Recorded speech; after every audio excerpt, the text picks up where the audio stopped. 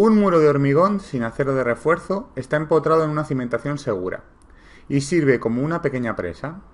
La altura del muro es de 2 metros y su espesor es de 0,3 metros. Determine cuáles son las tensiones máximas de tracción cuando el nivel del agua llega hasta la parte superior del muro. Tengas en cuenta el peso del hormigón. ¿Cuál es la profundidad admisible máxima del agua para que las tensiones de compresión del hormigón compensen las tensiones de tracción de empuje del agua? Te doy la densidad del hormigón, que es 2,34 gramos partido centímetro cúbico, y la densidad del agua, que es 1 gramo partido centímetro cúbico.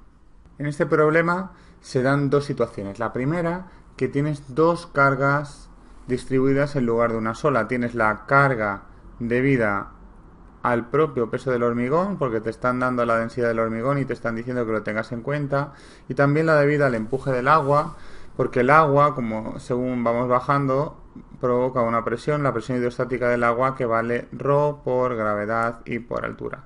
Me interesa la parte del agua porque todos los problemas que tienen ahí una presa, que tiene agua, se resuelven más o menos similar. Teóricamente, esto es una presión, ¿vale? Como es una presión, tú ya sabes que esto se mide en pascales, ¿vale? Si tú tienes aquí la viga esta, lo que deberías hacer es lo siguiente. Considerar que puesto que tienes una presión, aquí consideras un diferencial de área, ¿vale? Aquí tienes tu murete, que es el mismo que te he pintado ahí, simplemente te lo estoy diciendo para que veas cómo tendrías que hacerlo, ¿vale? Que tiene una altura h, que es 2 metros, un espesor b y una distancia aquí hasta el fondo que voy a llamar d. Esta distancia no te la dan, ¿vale? Pero te hace falta porque como una presión es fuerza partido por área, te hace falta un área. Entonces supones que el elemento está trabajando sobre un área superficial, que sería este diferencial de área, ¿vale? Este diferencial de área lo voy a poner con el valor de I aquí arriba midiendo hacia allá, ¿vale? Entonces este diferencial de área sería igual a esa dimensión D, que ya te he dicho que no la tienes, multiplicada por diferencial de I. Quizá D no sea la mejor palabra para escribirlo, ¿no? Bueno, en fin, nos entendemos. Entonces, ¿qué tendrías que hacer? Cuando hagas el sumatorio de fuerzas, tendrás que decir que la fuerza total que hace ese elemento sería la integral entre 0 y L de esa presión, que es ρgh, por tu diferencial de área, que vale D por diferencial de I. ¿Bien? Y el momento que genera, que te hace falta para calcular el sumatorio de momentos en el empotramiento, vas a decir que vale justamente la integral entre 0 y L, valdrá I por ρgh por D por diferencial de I, tomando como I esta distancia, ¿vale? La distancia hasta allá, ¿vale? Entonces tendrías que trabajar con integrales. Esa es una manera de hacerlo, de hecho sería la manera más correcta de hacerlo, ¿vale? Sería la más purista, pero a mí me parece que es mucho más sencillo considerar lo siguiente. Yo te estoy diciendo que tienes este muro, ¿vale? Tal como lo tienes ahí. Y tienes tu carga distribuida, que la vamos a trabajar como una carga distribuida sin más. Entonces, aquí tienes una presión que vale ρgh, esta variable h, en lugar de llamarle h, la puedes llamar I, poniéndole el valor 0 aquí, que va bajando hacia abajo, ¿vale? Es lo mismo. H es la profundidad, pues lo llamo I. Lo llamo I para que se parezca más a lo que venimos usando normalmente, pero es lo mismo. Entonces tu presión varía de esta manera. Esta sería la distribución de presión que tienes, ¿vale? Tu presión sería ρ por G y por I. Esto se mide en pascales. Nosotros estamos acostumbrados y acostumbradas a trabajar con newtons partido por metro. Entonces, si este valor de la presión tú lo multiplicas por la profundidad, que la voy a llamar D, en lugar de llamarlo D, la voy a llamar D mayúscula, ¿vale? Para no confundirlo con diferencial. Y voy a decir que tengo una carga distribuida Q que vale ρ por G por D, que sería la profundidad hacia el fondo, por I. Y eso se mide en newtons partido por metro. Y lo trabajas exactamente igual que has venido trabajando las cargas distribuidas en triángulo, que ya sabemos trabajar. Lo que haces es sustituir este triángulo por base por altura partido por 2, ¿vale? Que es su área, colocado a 1/3 del lado más ancho o a 2/3 del lado más estrecho. como tú quieras, ¿vale? Entonces, en principio, la altura de este triángulo sería 2 metros, o la puedes llamar h, que es como la estoy llamando aquí, h, ¿vale?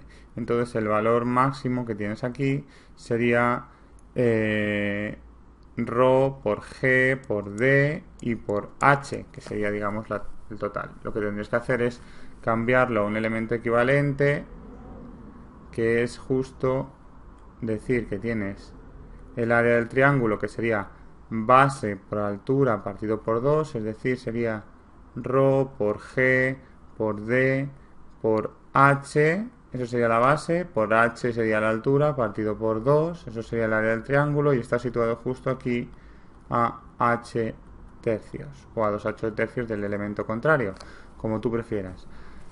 Yo siempre que estemos trabajando con muros con agua voy a utilizar esta manera porque me parece más sencilla, pero podéis utilizar la que tú prefieras. ¿Qué pasa ahora con la carga del muro de hormigón? Pues lo que tienes es un poco parecido. Tienes esto que tiene tu muro, que tiene una altura h, ¿vale? Que tiene una profundidad d y una base b que ya hemos visto antes, y una densidad. Como la densidad viene todo en el mismo sentido, voy a decir que tienes un I que baja hacia abajo, y tú podrías considerarlo como tuvieras un peso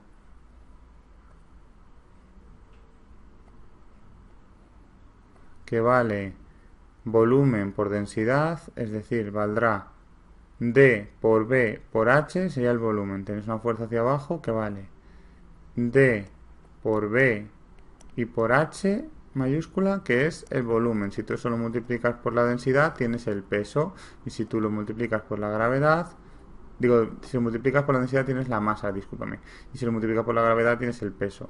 Y con esto te va a permitir calcular cuánto van las reacciones en los apoyos. Si quisieras hacer cortes, al final lo que tendrías es que aquí tienes un elemento más pequeño que vale D por B por I por la densidad por la gravedad, ¿vale? Y eso sería, digamos, la carga.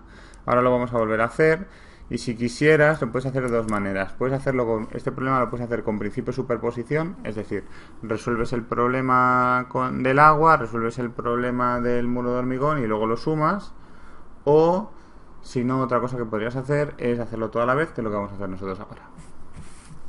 Planteamos las dos cargas equivalentes, la debida al peso del hormigón y la debida al empuje del agua, bueno, a la debida a la presión del agua, la presión hidrostática del agua, y para calcular lo primero que tenemos que hacer siempre en una viga, que son las reacciones. Si yo a este punto de aquí, al empotramiento, lo llamo A, significa que voy a tener un R a su X, un R a su Y y un momento en A. Y voy a calcular las reacciones haciendo sumatorio de fuerzas en X es 0. Es decir, que R a X menos ρ por G por D mayúscula, que era lo que hemos dicho, la profundidad, por H al cuadrado partido por 2, tiene que ser igual a 0. Es decir, que R a X vale ρ por G por D por H al cuadrado partido por 2. Sumatorio de fuerzas en I es 0. ¿Qué fuerzas tienes? Bueno, estas densidades no son iguales. Estoy aquí poniéndolo como roto el rato. Esta es la densidad del hormigón y esta es la densidad del agua. O sea que esta es la densidad del agua, la densidad del agua, y ahora es la densidad del hormigón. Discúlpame que me he estado colando.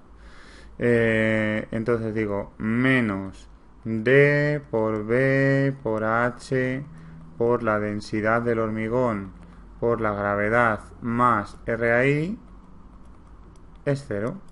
Es decir, que RAI será igual a D por B por H por la densidad del hormigón y por la gravedad. La gravedad sí que es la misma por los dos. Y hacemos sumatorio de momentos en el punto A, como siempre, es igual a 0. El peso del hormigón, como se supone que pasa por el punto, que está totalmente centrado, pasa por el punto y no genera momento. Esto sí que te está generando momento. El empuje del agua, que es un momento, si te fijas, antihorario, por lo tanto es positivo y vale ρ por G por D por H al cuadrado multiplicado por la distancia, que sería H partido por 3, ¿vale? RI no te genera momento porque pasa por el punto, RX no te genera momento porque pasa por el punto, y MA tampoco te genera momento. Bueno, MA lo pones tal cual, MA es un momento, o sea que no es que no te genere, es que lo es. MA es igual a 0 y por lo tanto MA tendría que ser igual a densidad, que en este caso es la densidad del agua, que no se me olvide, la densidad del agua por la gravedad por D por H al cubo partido por 3. Y ya tenemos las reacciones, vamos a hacer los cortes. ¿Cuántos cortes teníamos que hacer?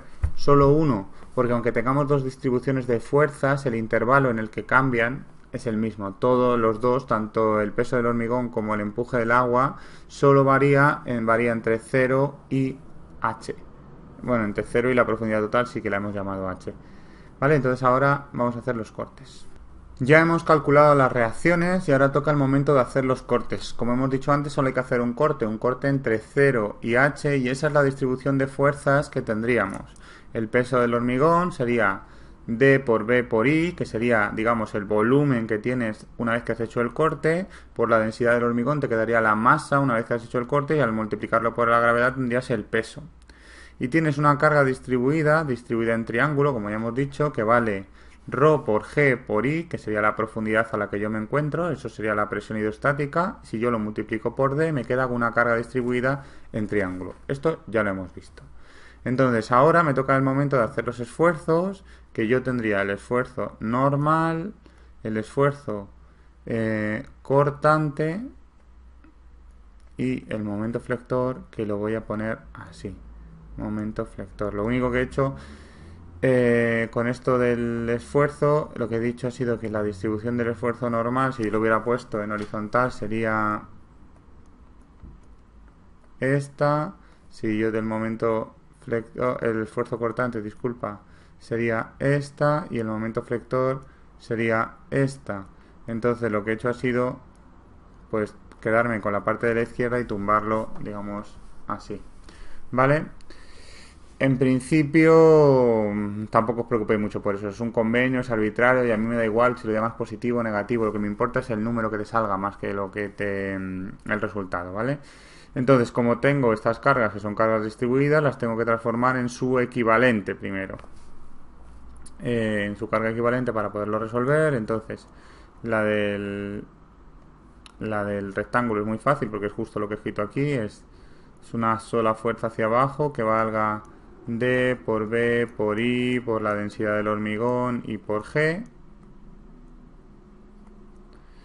Y la del triángulo sería base, la base es densidad del agua, perdón, no del hormigón sino del agua, por la gravedad por D y por I multiplicado por la distancia aquí, que sería no, perdón, multiplicado por la altura y partido por 2.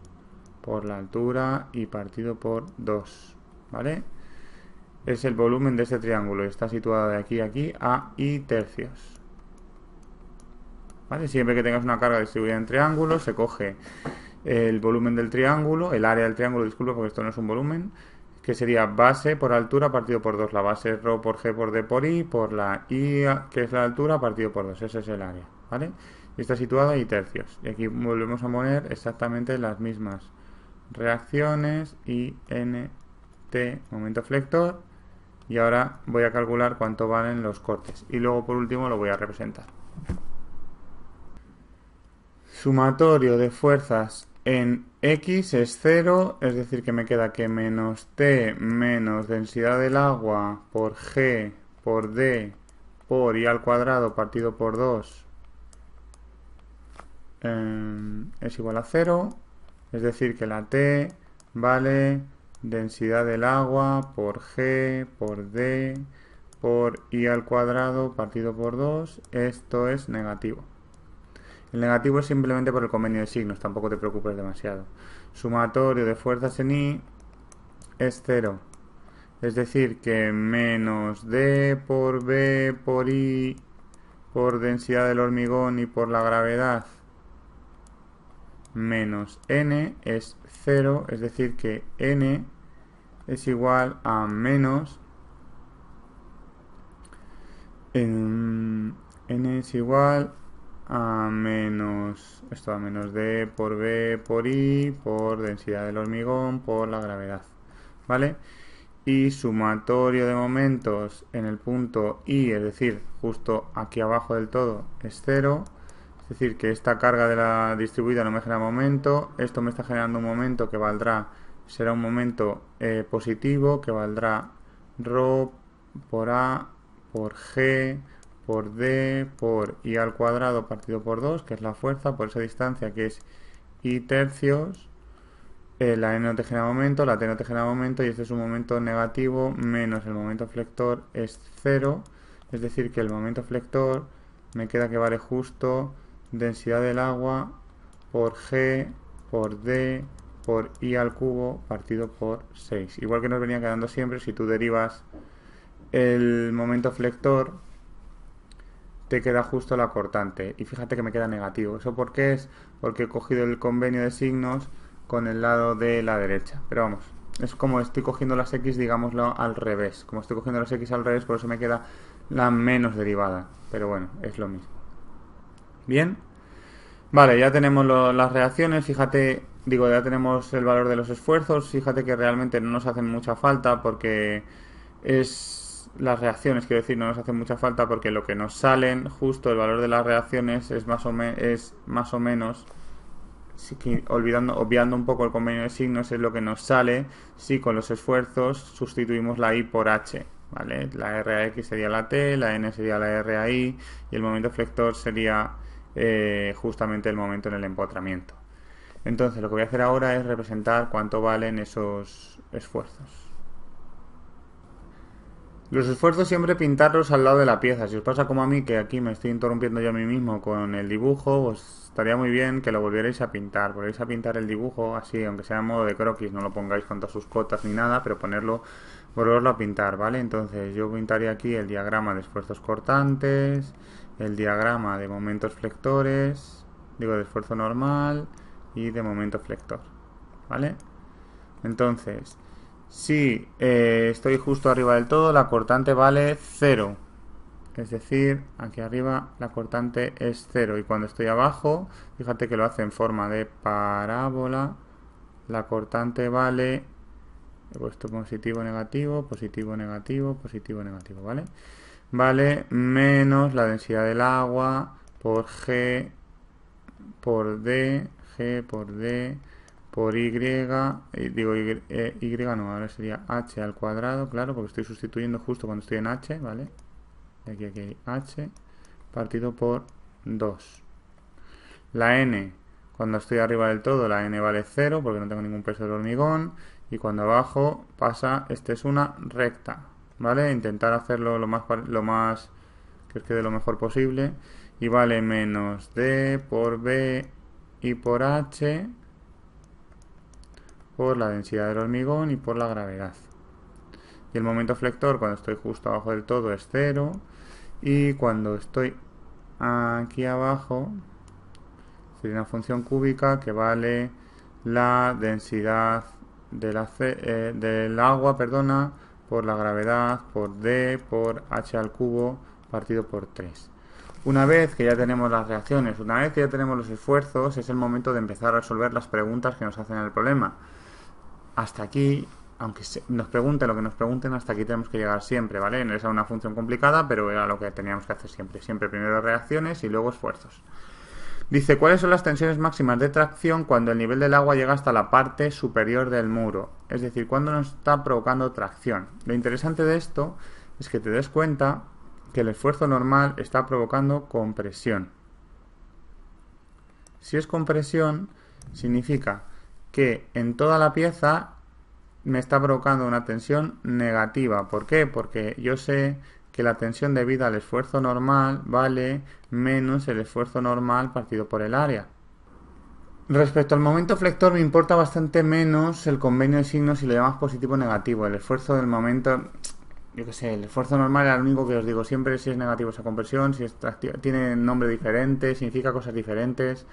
Pero el momento flector lo que me interesa es que te des cuenta de que si el agua te está empujando por aquí, este lado está trabajando a compresión y este lado está trabajando a tracción, porque digamos que de alguna manera esta viga se está doblando como así. El agua está intentando doblar la viga de esta manera, es decir, que este lado se está estirando y este lado se está comprimiendo. Este lado es negativo y este lado es positivo. ¿Dónde se van a producir los mayores esfuerzos de tracción? Pues se producirán en este lado de la viga, que es donde está empujando, ¿vale? Entonces, así como he puesto la tensión que valdría menos n partido por a, voy a decir que vale más el momento flector por la distancia, que aquí no sería x, sino que sería no sería i, que es como lo estamos llamando normalmente, sería x porque esa sería mi cota x, partido por iz. Y teóricamente el problema que tenemos es el siguiente. El esfuerzo normal máximo sucede justo en el empotramiento, ¿vale? El momento flector máximo sucede también justo en el empotramiento, pero son contrarios, están restando entre sí. Entonces, si somos un poco puristas, tú no podrías asegurar así a simple vista que el mayor tensión va a suceder justo en el empotramiento, porque no lo sabes. Entonces lo que vamos a hacer es sustituir y ver lo que sale. Bien, pues entonces la tensión es igual al esfuerzo normal, que hemos dicho que vale menos D por B por I por la densidad del hormigón partido por G partido por el área. El área vale, hemos dicho, la base, que se está llamando B, y la D sería la profundidad, es decir, D por B, ¿vale? Si te acuerdas, he dicho, te voy a pintar aquí en este que he pintado así un poco chuchurrío, la base es esta y la D era la profundidad. Más el momento flector, que lo vamos a poner en valor absoluto porque está provocando tensiones de tracción, que vale la densidad del agua por la gravedad por D y por I al cubo partido por 6 por X, que en este caso sería B medios, porque sería, si el eje neutro está por aquí, la distancia aquí sería justamente B medios partido por el momento de inercia, que sería un doceavo de la base, que en este caso es D, es decir, la profundidad, se está doblando por este eje de aquí, sería lo de dentro, por la altura al cubo, que sería B al cubo. Podemos simplificar un poquito y entonces este D con este D se puede simplificar, este B con este B se puede simplificar y te queda que la tensión es igual a menos la densidad del agua por la gravedad por I más 12 entre 6 es 2 veces la densidad del agua por, esto es la del hormigón, esta es la del agua, sí, por la gravedad. Este D con este D lo puedes simplificar, este B con este se te queda al cuadrado, entonces me queda por I al cubo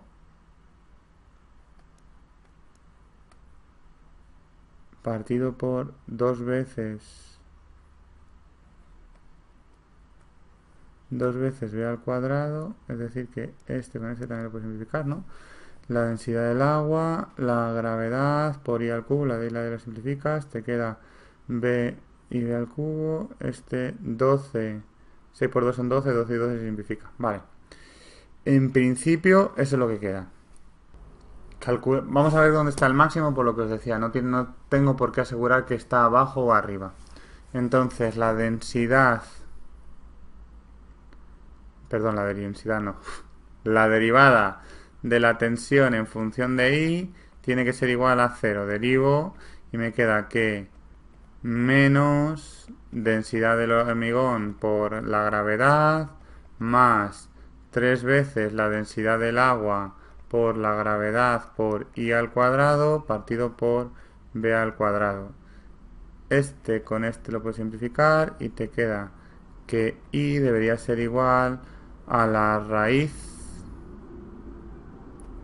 cuadrada de la densidad del agua por B al cuadrado partido por, no, perdón, la densidad del hormigón por B al cuadrado partido por 3 veces la densidad del agua. Vamos a sustituir y ver lo que sale. Y me queda que eso es la raíz cuadrada de la densidad del hormigón, que son 2,34 gramos partido centímetro cúbico. Si lo pasamos al sistema internacional es como multiplicarlo por 1000. Es decir, 2340 multiplicado por b al cuadrado. B te estoy diciendo que son 0,3 metros, es decir, 0,3 al cuadrado partido por 3 por la densidad del agua, que son 1000, y me sale 0,26 metros. ¿Vale? Una vez que sabemos esto, lo sustituimos en la tensión y me queda que la tensión es igual a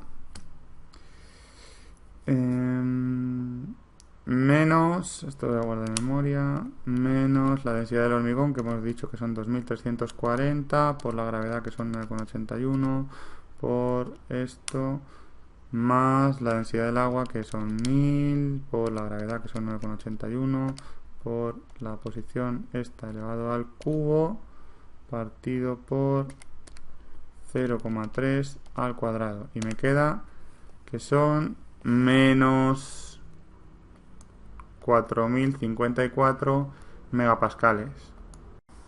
Si sustituimos ese valor máximo que nos ha salido donde debería estar el máximo, nos sale una tensión negativa. ¿Por qué? ¿Por qué? Si yo estoy buscando una tensión máxima de tracción, no de compresión, ¿qué está pasando ahí? Pues fíjate lo que pasa. Lo que te pasa es que esta función está elevada a 1. En cambio, la parte negativa, la debida al peso del hormigón. En cambio, esta otra está elevado al cubo. ¿Qué quiere decir eso? Que al principio, cuando la profundidad es muy pequeña, la tensión debida al propio peso del hormigón, además teniendo en cuenta que la densidad del hormigón es mayor que la del, es como más del doble de la del agua, este elemento genera más presión.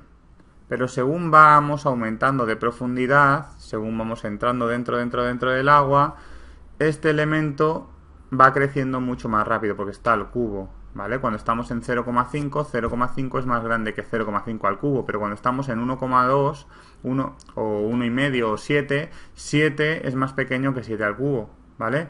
Entonces lo que nos está pasando es que de alguna manera la tensión, si yo tengo esta pieza así, ¿vale? Y quiero representar la tensión aquí,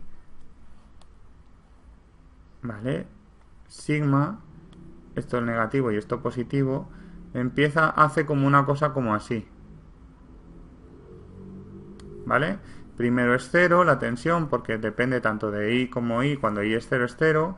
Primero es negativa porque es más importante esta parte que la otra, pero poco a poco la parte positiva va ganando esfuerzo y hasta que nos quedamos aquí.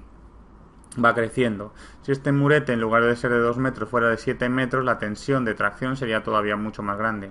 Y por eso no nos sale como un máximo matemático, porque no lo es, simplemente es que se acaba el muro, entonces ya no puede ser más grande, pero no es que matemáticamente sea eso un máximo. No sé si me explico. Entonces la tensión que estoy buscando era, por lo que os he dicho que yo no podía decir expresamente, pero resulta que en este caso sí que lo es la tensión justo al final del muro. Voy a sustituir y ver qué es lo que sale.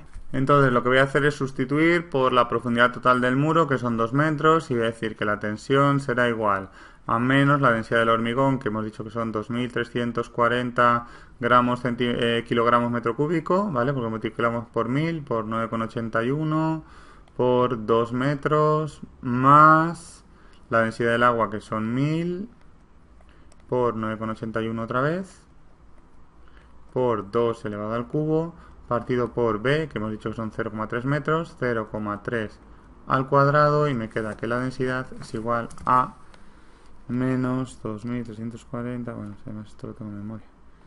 En lugar de esto pongo aquí un 2 y me salen 0,82 megapascales. Esa es la tensión máxima de tracción que está sufriendo el muro.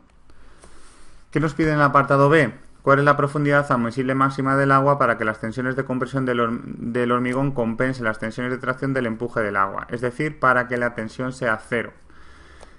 simplemente lo podemos resolver con esta pieza. Nos está preguntando qué profundidad de agua puedo tener, cuál es la altura de agua que puedo tener, es decir, cuánto es la altura esta, para que las tensiones de compresión del hormigón compensen las tensiones de tracción del agua, es decir, para que esto sume 0.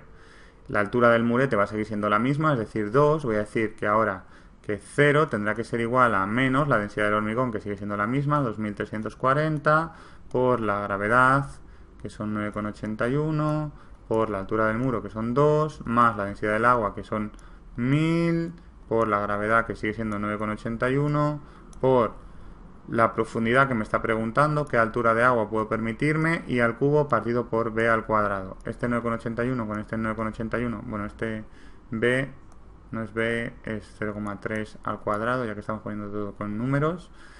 Y de aquí voy a sacar lo que vale y I sería igual a 2340 por 2 y por 0,3 al cuadrado partido por 1000